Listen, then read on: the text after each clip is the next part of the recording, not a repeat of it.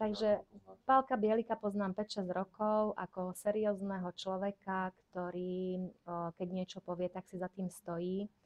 Je to okrem toho ľudský človek, ktorý je empatický, veriaci, samozrejme tým ešte povyšuje tú svoju ľudskosť, lebo je ochotný každému človeku pomôcť. Samozrejme to dokazuje aj 26 rokov, ktorých je v politike. V Banskej Bystrici nemá žiadne za sebou škandály. Viem, že je veľmi seriózny, starostlivý, čo sa týka vlastnej rodiny a tak sa správa aj ku voličom svojho obvodu.